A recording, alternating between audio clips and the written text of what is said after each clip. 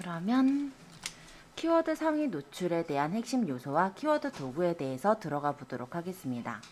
저번 시간에 우리가 간단하게 키워드를 좀 잘 찾아야 어떻게 보면 사람들을 유입을 해올 때 좀 더 도움이 될 수 있다라는 내용들을 말씀을 드렸을 거예요. 대략적인 키워드의 중요성에 대해 말씀을 드렸다면 오늘은 키워드를 찾는 여러 가지 도구들을 조금 설명을 드려볼까 해요. 자, 일단 키워드는 대표 키워드와 세부 키워드가 있었죠. 대표 키워드라는 건 너무 큰 키워드였어요. 그러다 보니까 경쟁이 굉장히 치열해서 내가 상위 노출을 하기 사실은 되게 어려운 키워드가 바로 대표 키워드라고 할 수가 있었고요. 세부 키워드는 아무래도 사람들이 대표 키워드로 찾았더라도 점점점 세부적인 사항들을 찾게 되면서 나중에 이제 구매 결정까지 이루어질 때 사용이 되는 키워드가 세부 키워드라 했죠. 그렇기 때문에 세부 키워드는 일단은 대표 키워드보다 경쟁이 훨씬 적기도 하고 우리가 조금만 노력해도 상위 노출을 그래도 좀 빠르게 이룰 수 있는 키워드가 세부 키워드라고 했습니다. 그 외에도 우리가 몇몇 가지 키워드들을 좀 살펴볼 건데요. 일단 홍보성 키워드라는 단어가 있어요. 자, 이 홍보성 키워드는 매출 키워드예요. 네이버의 주 수입원은 광고로 수입을 얻게 되는데 네이버에게 광고 수익을 가져다 주는 키워드가 바로 홍보성 키워드다 라고 생각하시면 됩니다. 자, 이런 키워드들은 보통 검색하면 파워링크가 먼저 노출이 되는 키워드예요. 그래서 예를 들어서 내가 뭔가를 검색을 한다 라고 했을 때요. 예를 들어서 제가 건대 맛집 이런 식으로 그냥 검색을 한다라고 한다면 먼저 나오는 게 파워링크가 먼저 이렇게 나오죠. 그쵸? 그리고 뭐 플레이스 뭐 이런 것들이 이제 나오는데 요런 키워드 그러니까 이렇게 처음 찾자마자 파워링크부터 나오거나 파워링크 다음 뭐 비즈 사이트가 나오거나 요런 키워드들이 보통은 홍보성 키워드라고 생각하시면 돼요.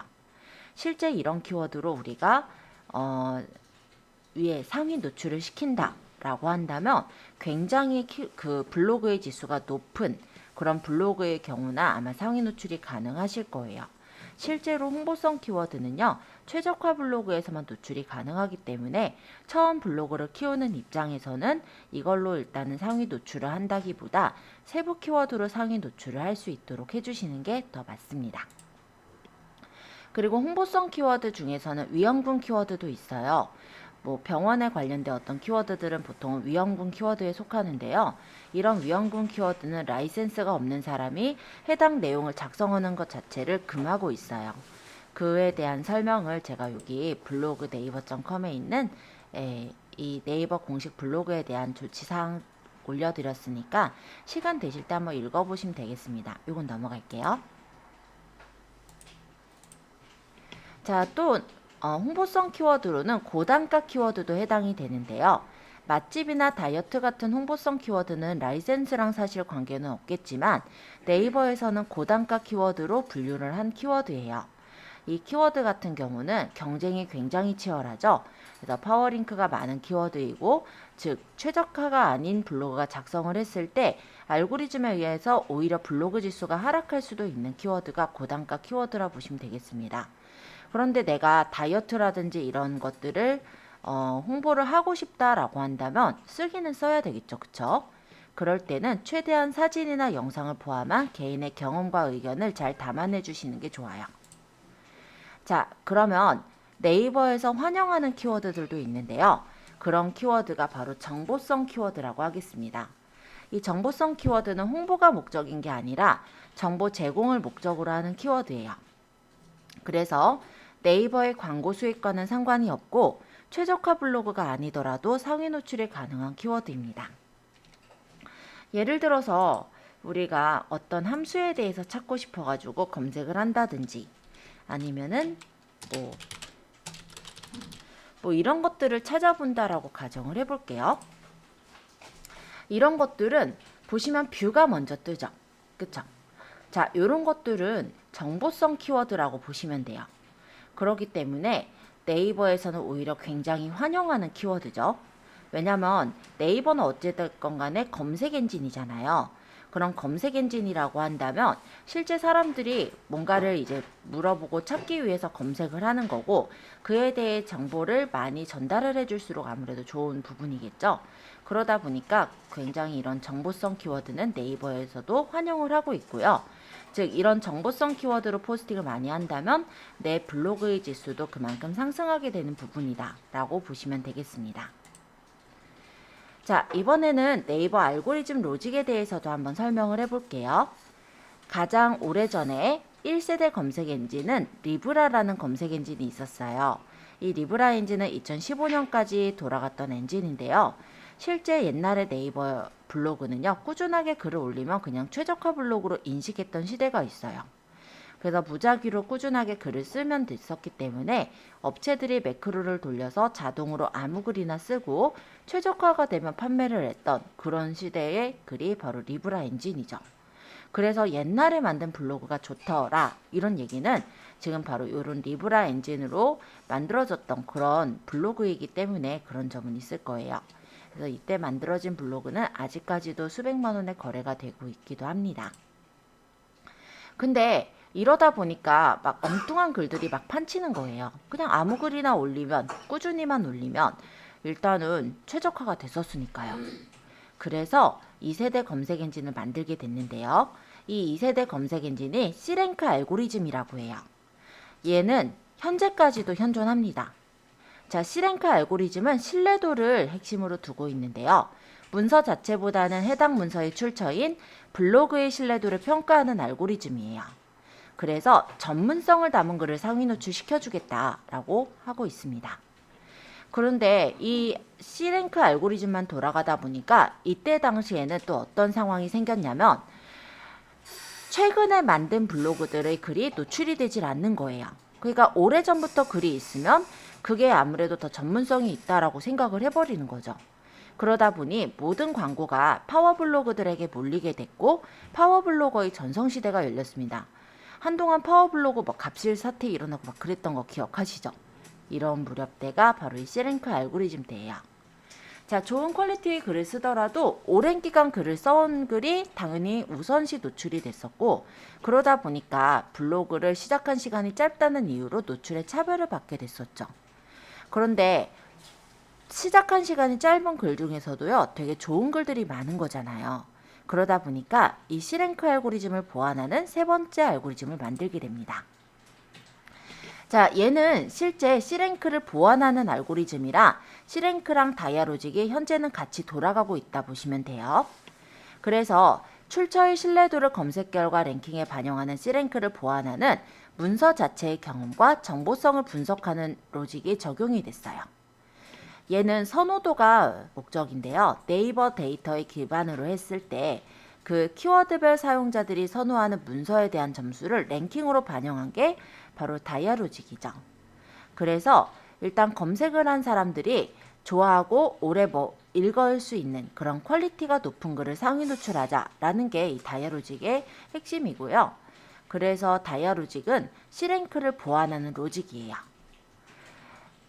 자, C랭크 로직을 보완하는 이 다이아로직 같은 경우는 문서 주제의 적합도, 경험 정보, 그리고 정보의 어떤 충실성, 문서의 의도, 독창성, 적시성 이런 요인들을 복합적으로 반영을 하고 있습니다. 그리고 최근에 아마 작년쯤이라 보면 될 것 같은데요. 바로 바트로직이라는 게 또 도입이 됐어요. 자, 요거는 어떤 거냐면 사용자의 의도를 따지는 거예요. 그래서 검색어를 입력했을 때 이 사람이 어떤 상황과 맥락에서 정보를 찾는지, 웹문서나 이미지, 동영상 중에 어떤 것을 선호하는지를 종합해서 검색 결과를 구성을 하는 바트로직까지 지금은 돌아가고 있는 상황이라 보시면 됩니다. 근데 로직은 계속해서 어쨌든 조금씩 변동이 될 거거든요. 그래서 결론적으로 이 로직을 너무나도 따라가기보다 네이버가 원하는 거를 좀 생각해 주면 좋으실 것 같은데요. 네이버는 사람들이 선호하는 좋은 글이면서 동시에 같은 주제로 전문적인 글을 써온 블로그를 상위 노출시켜 주는 걸 일단 네이버가 생각하고 있는 부분이 바로 이런 부분이구나. 요걸 한번 생각해 보시면서 글을 쓰시면 좋을 것 같아요. 조금 더 단순화시켜 말씀드리자면 이 C랭크 로직에 따라서 블로그의 신뢰도를 측정하게 되고요. 다이아 로직에 따라서 검색자들의 선호도, 즉 이 글의 경험이나 정보, 의견을 잘 담아내고 있는지 이런 것들을 판단하게 되고요. 거기에 플러스로 내 블로그의 지수까지 고려해서 상위 노출할 글을 결정하고 있다는 거예요. 즉 C랭크는 신뢰도를 따지는 거고 다이아 로직은 검색자의 선호도를 따져서 C랭크가 높고 좋은 문서라고 한다면 여전히 상위 노출이 가능하도록 그렇게 하고 있고요. C랭크가 높지 않은 출처의 경우에도 다이아 로직에 의해서 상위 노출이 되는 그런 경우들도 많이 있더라라는 겁니다. 그러니까 최근 글이라고 하더라도 글 자체의 선호도가 높다라고 한다면 상위 노출이 오랫동안 이루어지는데 크게 문제는 없더라 정도로 보시면 되겠죠. 자, 그래서 어찌됐건 간에 우리가 해야 되는 건 정보성 키워드와 세부 키워드를 적절하게 조합을 하시는 거예요. 그래서 검색자들이 선호할 만한 경험이나 정보, 의견 등을 글에 잘 녹여내면 되겠죠. 결국 키워드를 제대로 구사하는 것이 상위 노출 전략의 핵심이라 볼 수가 있겠습니다. 자, 그렇다면 이제 키워드를 유입할 때의 전략에 대해서 조금 따져보자면요. 키워드는 어쨌든 제목에 들어가셔야 되긴 할 거예요.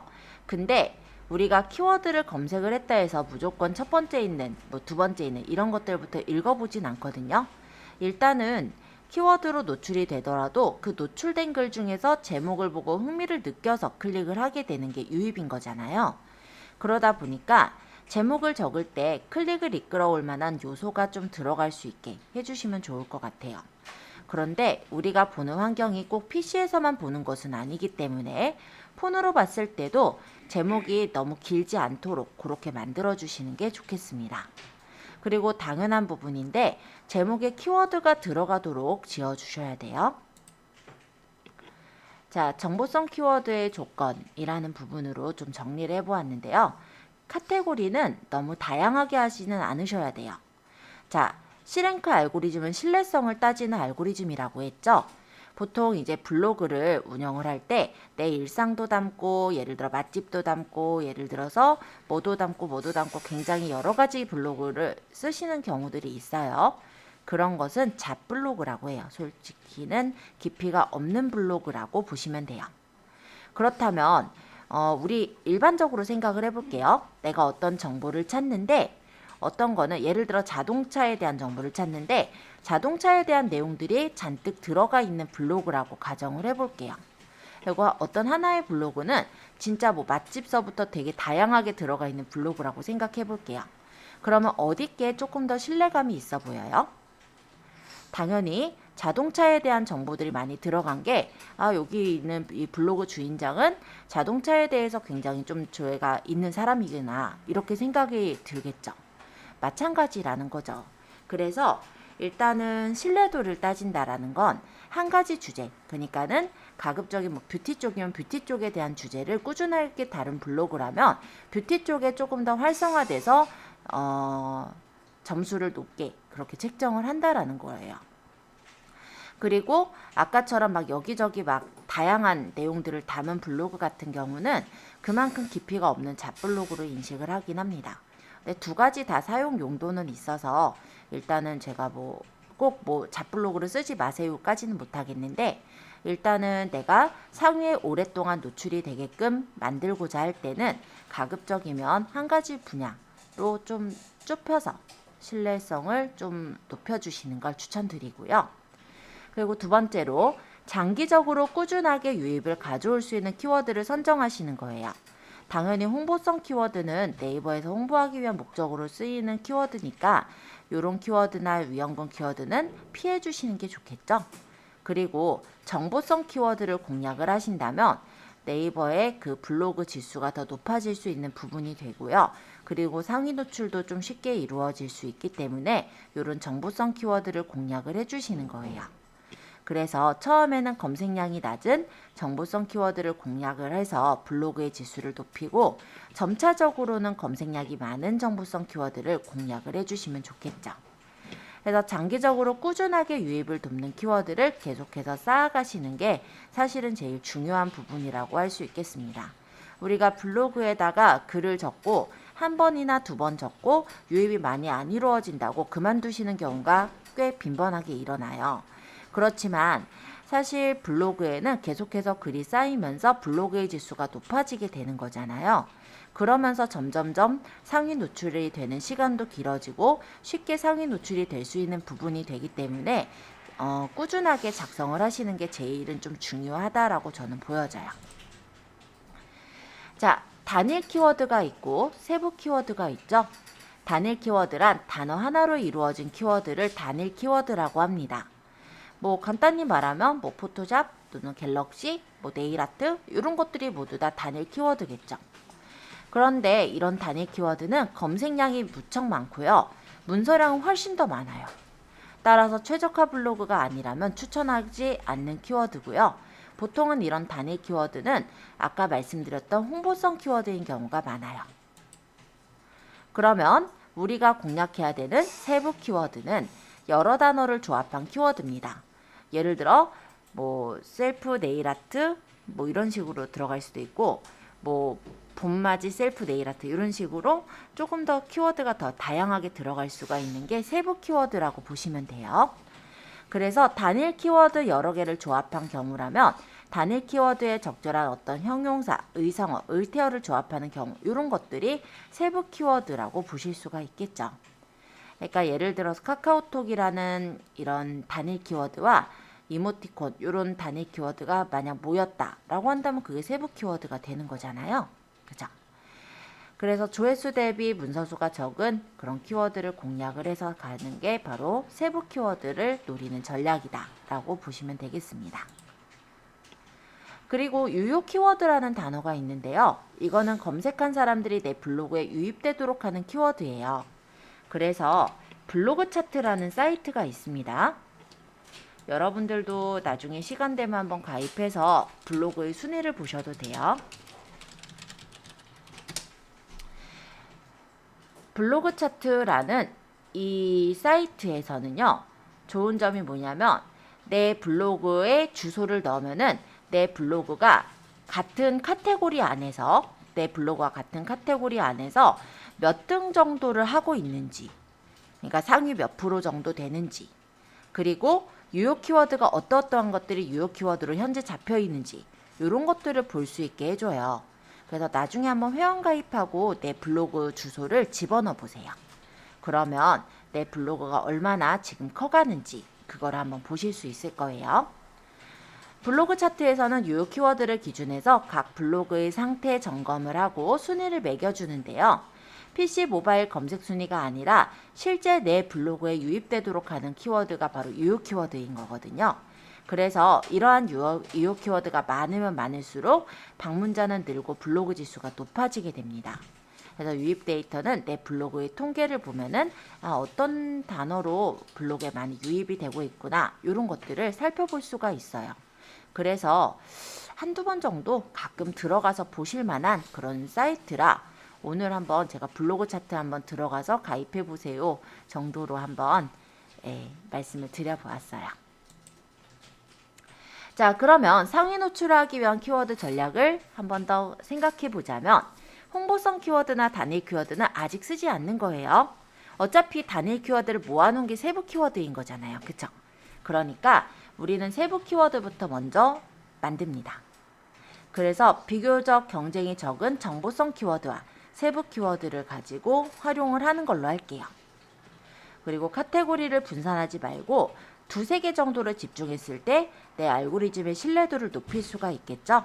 그렇게 되면 블로그 자체의 지수도 많이 높아질 수가 있게 되니까 내가 어떤 상품을 올렸을 때 오랫동안 상위 노출이 되게 만들어줄 수가 있을 거예요. 그리고 비교적 검색량이 적은 키워드를 공략을 해주시는 겁니다. 그래서 해당 카테고리의 신뢰도를 쌓아가는 것이 장기적으로 블로그의 지수 상승과 상위 노출에 큰 힘이 되는 부분이고요. 동시에 유효 키워드를 전략적으로 쌓아가는 방법이 되니까 검색량이 적은 키워드들을 한번 공략해 보시는 걸 추천드릴게요.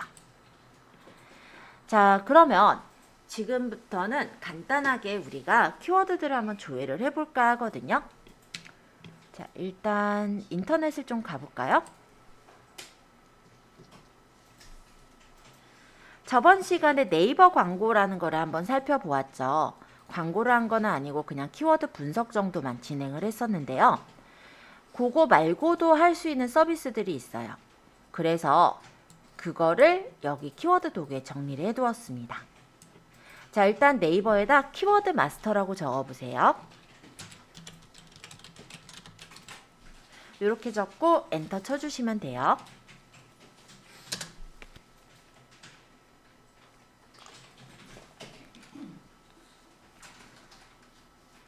키워드 마스터 찾아보셨어요?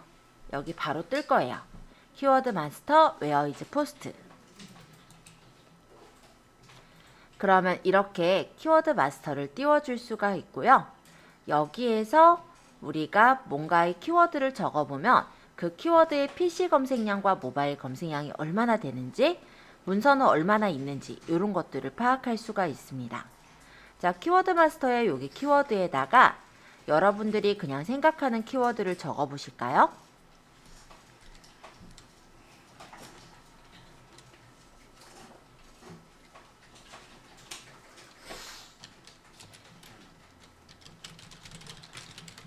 예를 들어 제가 이런 식으로 적었어요. 그리고 검색을 하면은 이런 검색이 실제 PC로 얼마나, 모바일로 얼마나 검색이 됐는지가 보이죠? 그럼 PC 모바일에서 총 검색량은 180건 검색이 됐는데요. 이 글씨, 이 키워드가 실제 블로그에 쓰인 문서 수가요. 41,886건. 그럼 우리가 비율로 따지면 232.1이에요. 그죠? 232.7. 그러니까 232대 1. 야, 까마득하네요. 그죠? 자, 블로그의 순위를 보니까 여기 하나, 둘, 셋, 넷, 여기 네이버에서 쓴 블로그들이 1등, 2등, 3등 이렇게 했더라. 이런 것들을 볼 수가 있네요. 그렇다면 만약에 이 키워드로 상위 노출이 되게끔 하기 위해서라면 굉장히 무단한 노력이 필요할 거라고 보여집니다. 자, 그러면 다른 키워드도 한번 적어보시는 거죠. 예를 들어서 아까 네일아트 얘기했으니까 이런 식으로 적어볼게요. 자, 그러면 이 키워드 마스터에서는 관련 키워드들을 뽑아주기도 해요. 그러면 셀프 네일아트 재료라든지 네일아트 봄이라든지 어떤 이런 셀프 네일아트가 2023 봄 네일아트라든지 이런 식으로 관련 키워드들을 뽑아보면은 관련 키워드가 PC 모바일로는 얼마나 검색이 일어났고 문서는 몇 건이나 있는지 이런 것들을 뽑아볼 수가 있죠. 근데 2023 봄 네일아트를요. PC에서는 290건, 모바일에서는 4,650건을 찾아서 총 조회수가 4,940건을 찾았다고 하거든요. 근데 이거에 비해서 문서수는 1,415건밖에 안 되니까 이런 키워드 같은 경우 비율이 0.286, 즉 1도 안 되는 거예요. 그럼 우리가 일단 찾는 사람들, 즉 모집단이 굉장히 많은 안에 문서수가 적기 때문에 이런 거 같은 경우는 내가 상위 노출을 시킬 때 좀 더 유리하겠죠. 근데 비슷해 보이잖아요. 네일아트 봄이라고 친 거는 PC 모바일 해봤자 560건 찾았는데 문서만 어마어마하게 많은 거예요.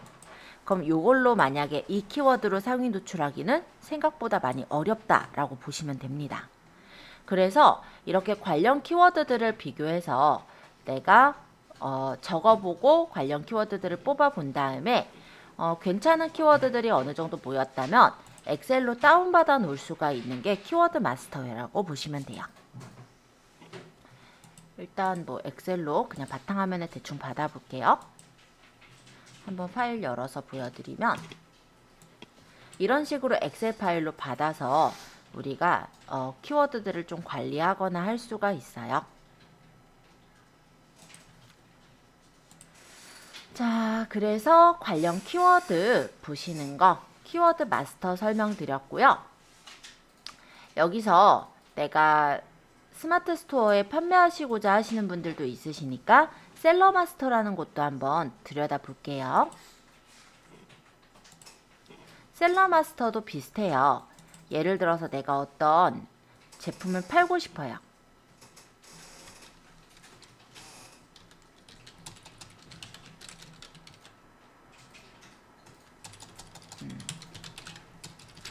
예를 들어 제가 젤레일이라는 거를 그냥 검색을 해볼게요. 자, 이렇게 검색을 했을 때 원피스 정도로 해볼까? 그쵸, 에러가 난 거죠. 자, 이런 식으로 관련 쇼핑 연관 키워드들이 뜨고요.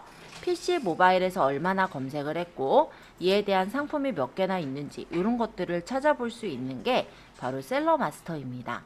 그러니까 아까 키워드 마스터는 블로그의 문서 수가 몇 개나 있는지를 보는 거라면 셀러 마스터는 상품이 현재 몇 개나 스마트 스토어에 올려져 있는지 그런 것들을 볼 때 확인할 수가 있는 그런 툴이에요. 키워드 마스터 바로 밑에 있어요.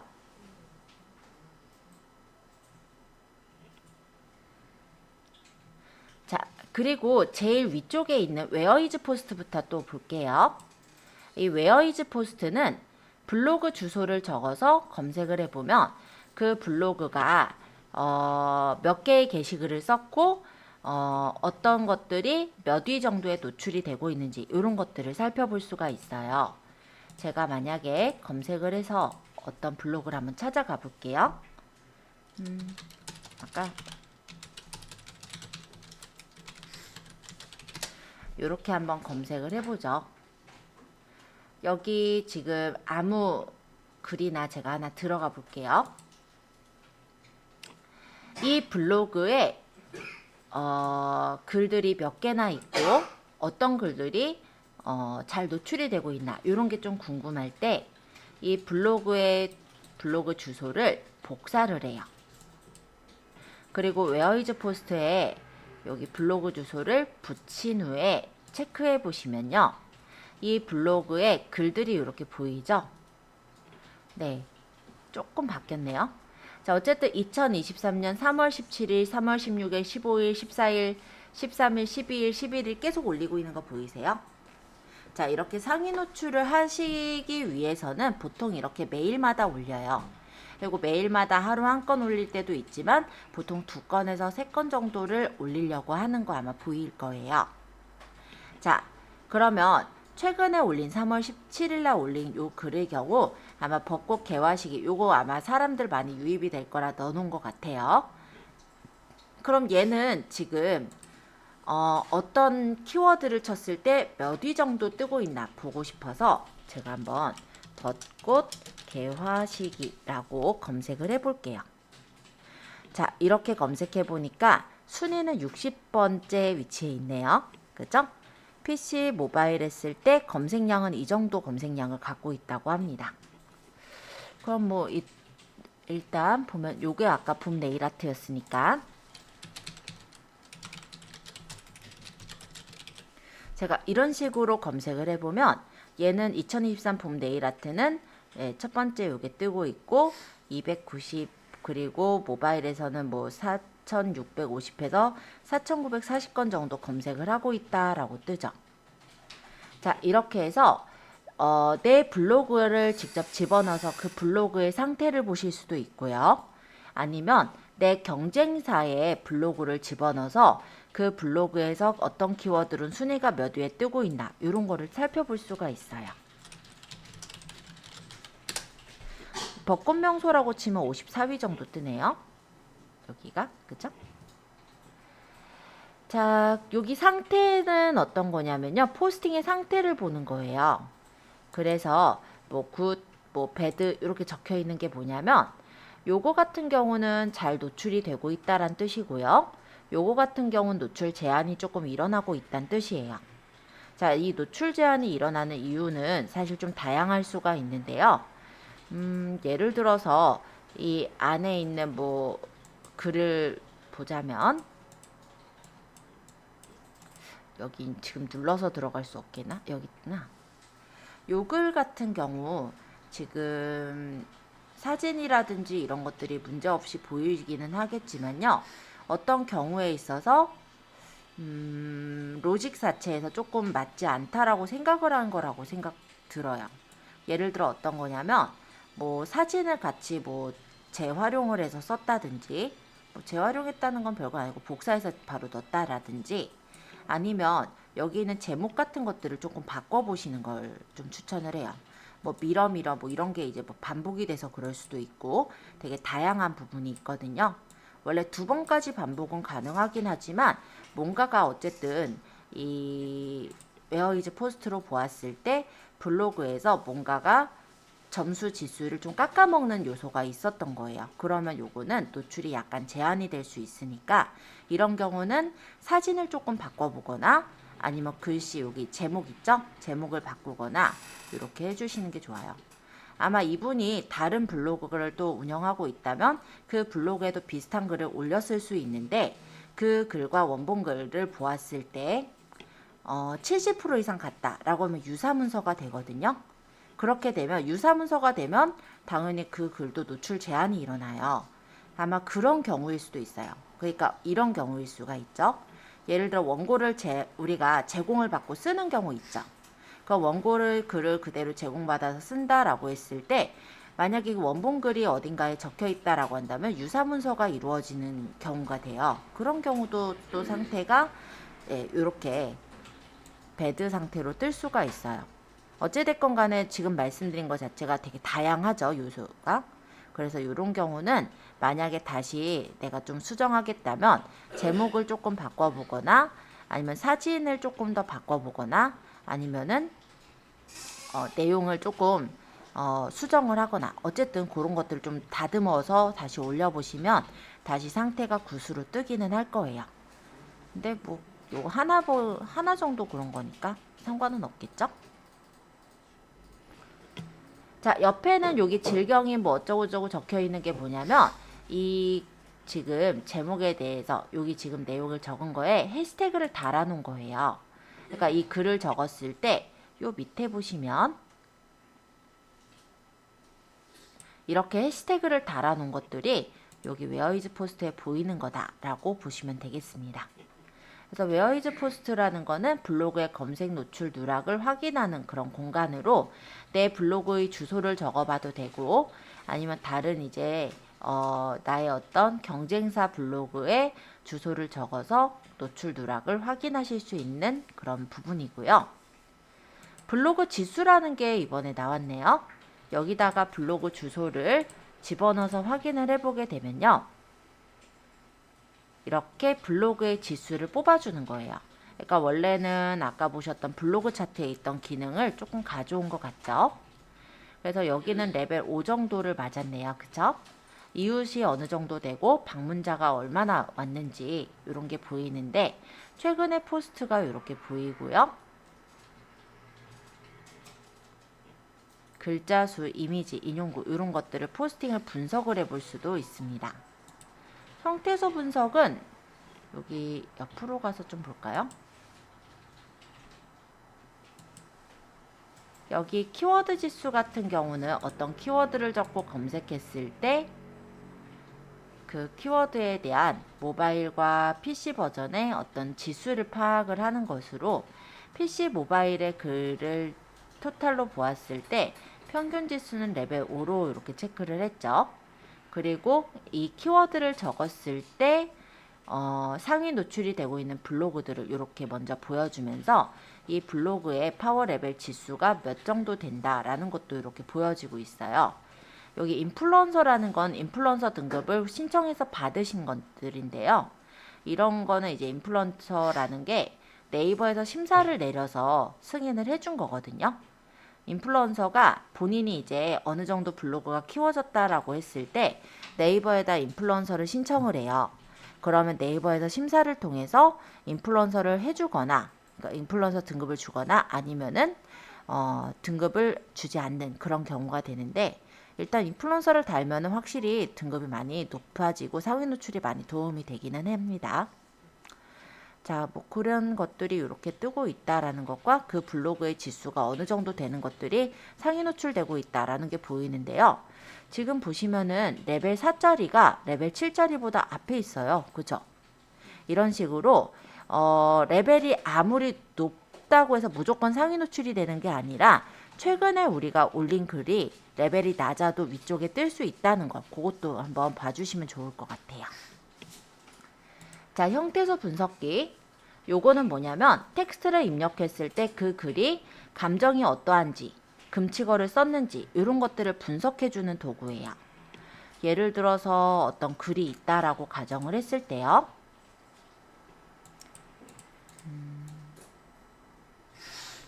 제가 이 블로그의 글로 그냥 할게요.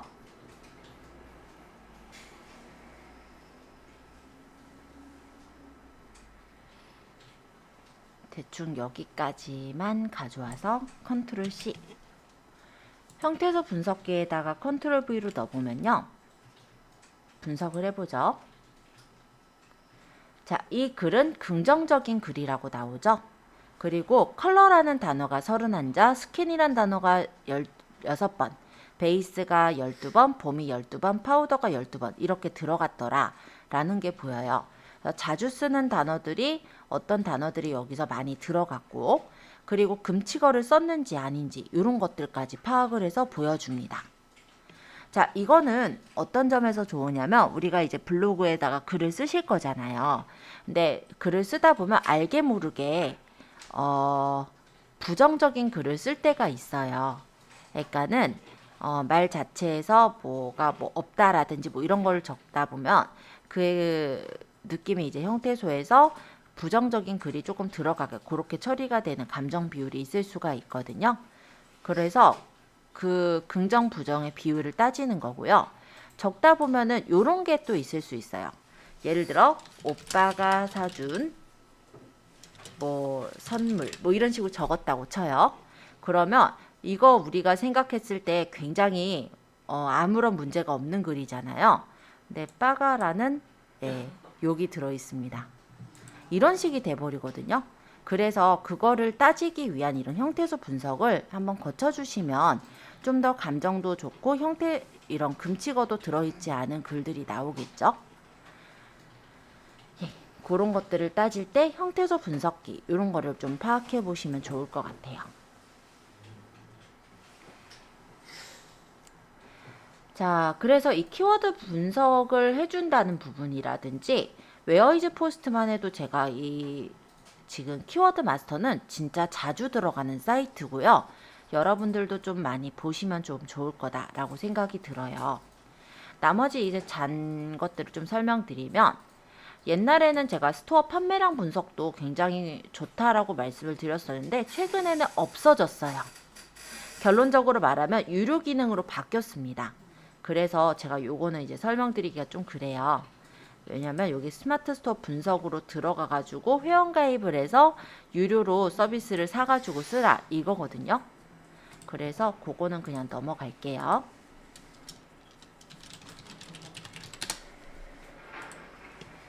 그리고 상품 키워드 분석. 요거는 이제 내가 어떤 키워드를 적으면 분석을 해주는 거예요.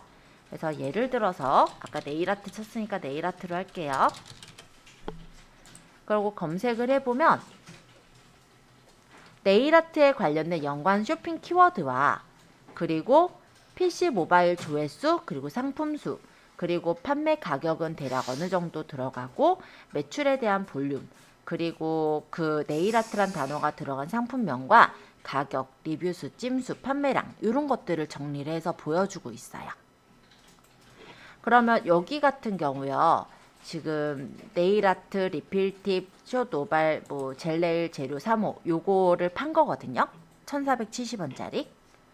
이거가 리뷰가 1653건 달렸고요. 이 제품에 대한 찜이 714건 달렸고 실제 이 제품을 판 게 2034건 팔았대요. 올린 거는 2020년 9월 1일 날 올렸고 젤네일 재료 천국이라는 판매처에서 팔고 있답니다. 요런 정도는 그래도 뽑아볼 수가 있게 나와요.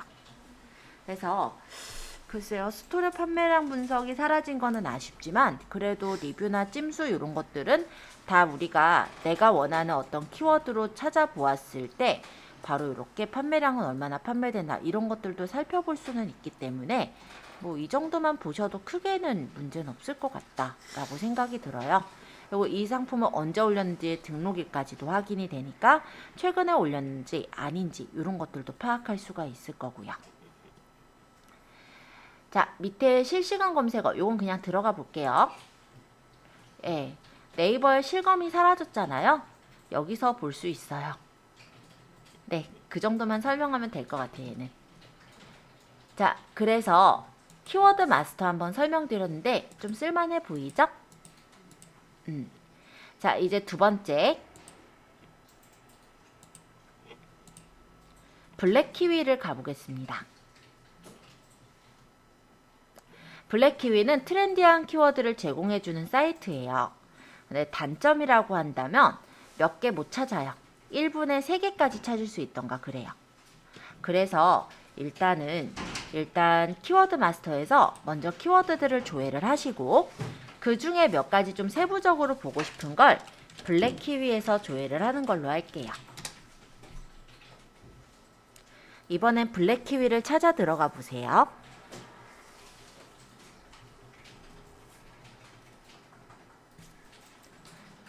자, 블랙키위 사이트 혹시 찾아 들어오셨나요? 블랙키위.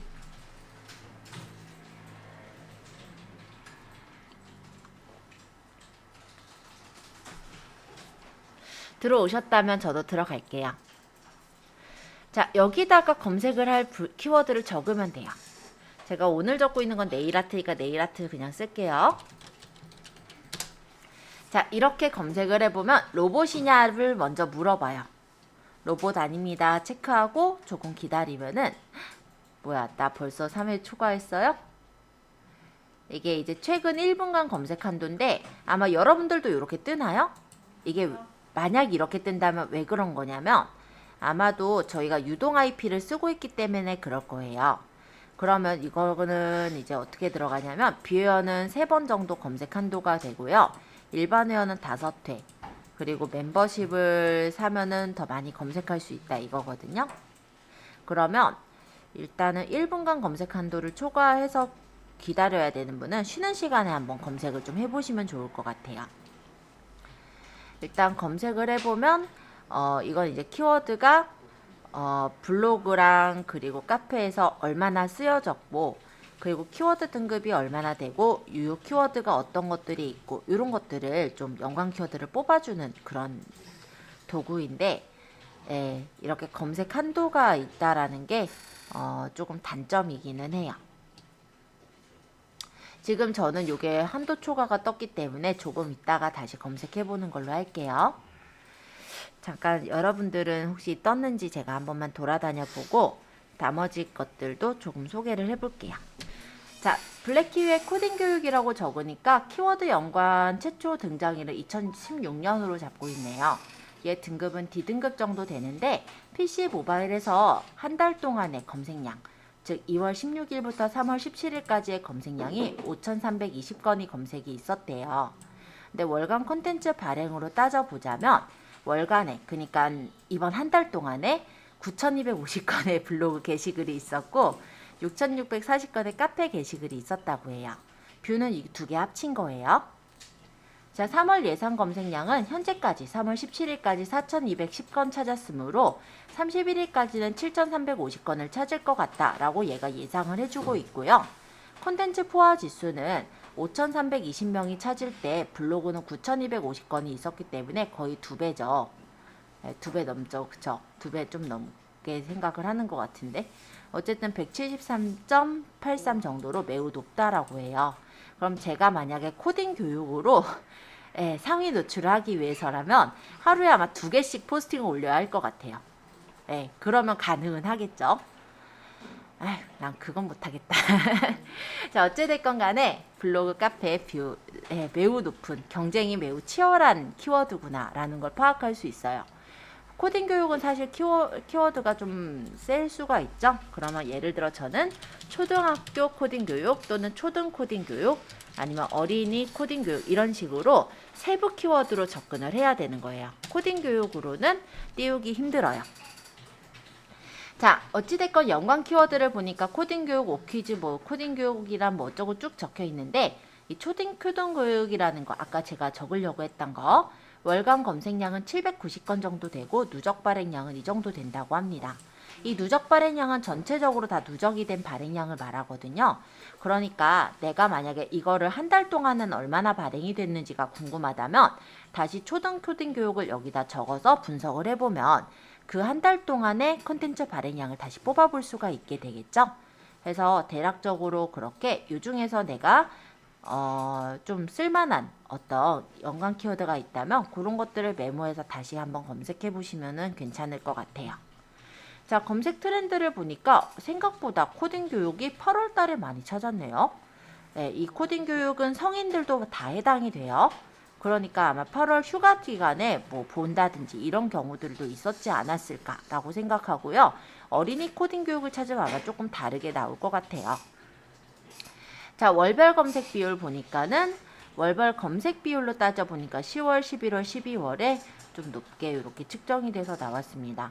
이거는 이제 검색 트렌드는 1년치라면 얘는 2016년부터 현재치의 그래프거든요.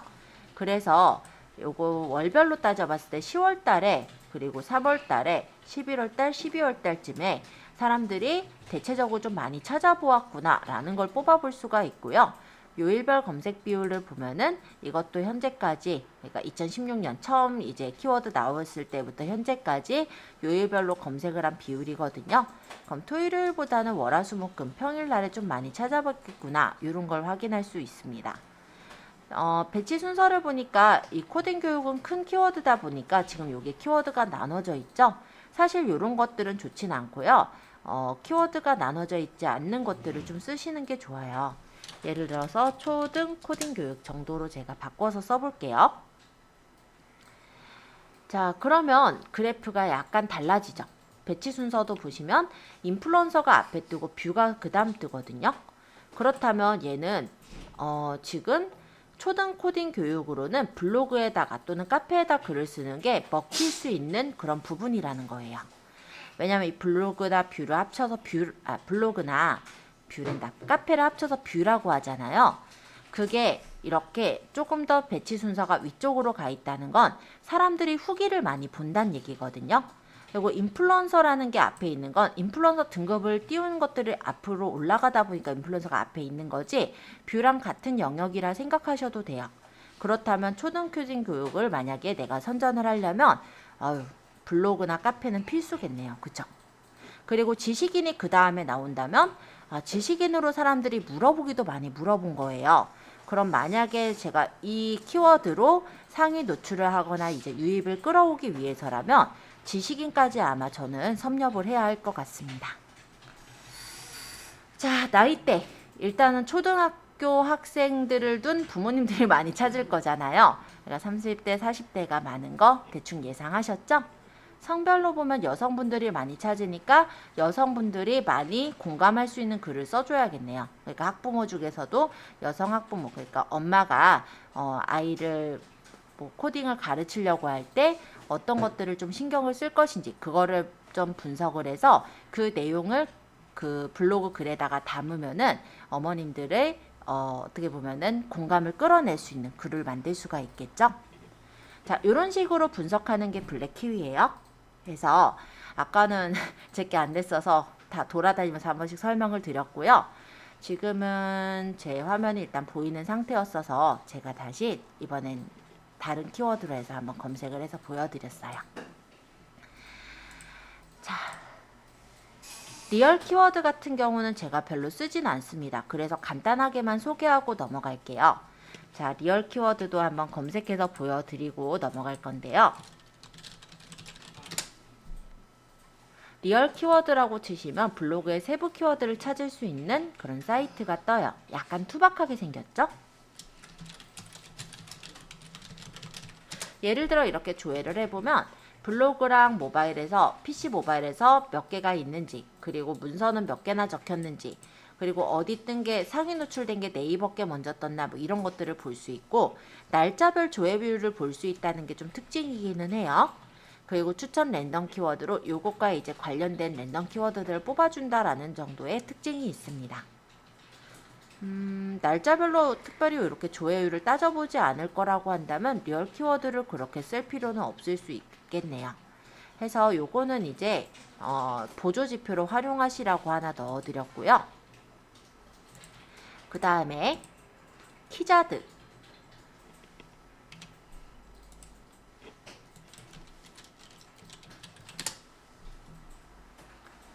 키자드라는 곳도 제가 보조로 활용을 하는 곳이에요. 원래 이제 키워드 마스터에서 형태소 분석기나 이런 거 없을 때 활용했던 부분이긴 한데 요즘은 키워드 마스터에 그런 게 생겨있기 때문에 생각보다 덜 들어가는 사이트이기는 합니다. 자, 여기 보시면 키워드 마법사가 있고요. 키워드를 적고 검색을 하면 고급 키워드나 특급 키워드를 얻을 수가 있거든요. 한번 적어 볼게요.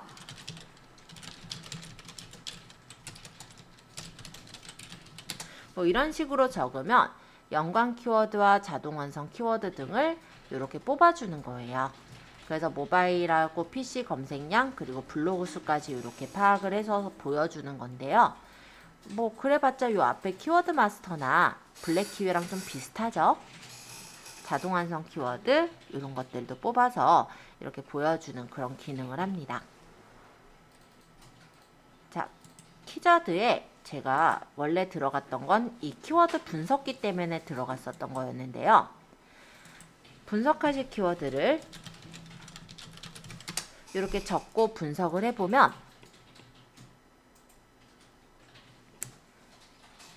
이렇게 상위 노출되어 있는 하나, 둘, 셋, 넷, 5개 이런 식으로 블로그들이 나와요. 그럼 여기에는 지금 사진이 몇 장 들어갔고 어떤 단어가 좀 자주 들어갔는지 이런 것들을 이렇게 빈도수를 뽑아줍니다. 근데 이거 아까 형태소 분석기에 있었던 거잖아요. 그쵸? 그러니까 키워드 마스터에 원래는 그 기능이 없었는데 최근에 그런 기능이 생겼어요. 그렇기 때문에 요즘은 키자드를 많이 들어가진 않아요. 근데 이게 서비스라는 게 또 모르거든요. 여기 있으니까는 난 여기 것만 써야지 이렇게 생각하다가 물 먹은 적이 몇 번 있다 보니 아니 그렇잖아요. 키워드 마스터에 원래는 제가 아까 얘기했듯이 그 쇼핑몰에서 얼마만큼 매출이 있었고 어떤 상품이 몇 건 팔렸고 이게 보이는 게 있었거든요. 그래서 제가 엄청 많이 설명을 했던 자료예요, 사실은. 근데 최근에 없어진 거예요. 한 1개월도 안 됐을 거예요. 예, 그렇게 막 없어지는 것들이 있다 보니까 하나만 알기보다 이렇게 좀 그게 만약 없어지거나 안 되면은 서비스가 잠깐 안 되면은 다른 데서 또 찾을 수 있는 그런 방법이 있어야 되잖아요. 그래서 추가적으로 조금 더 말씀드린 거다. 이 정도로 생각하시면 될 것 같아요.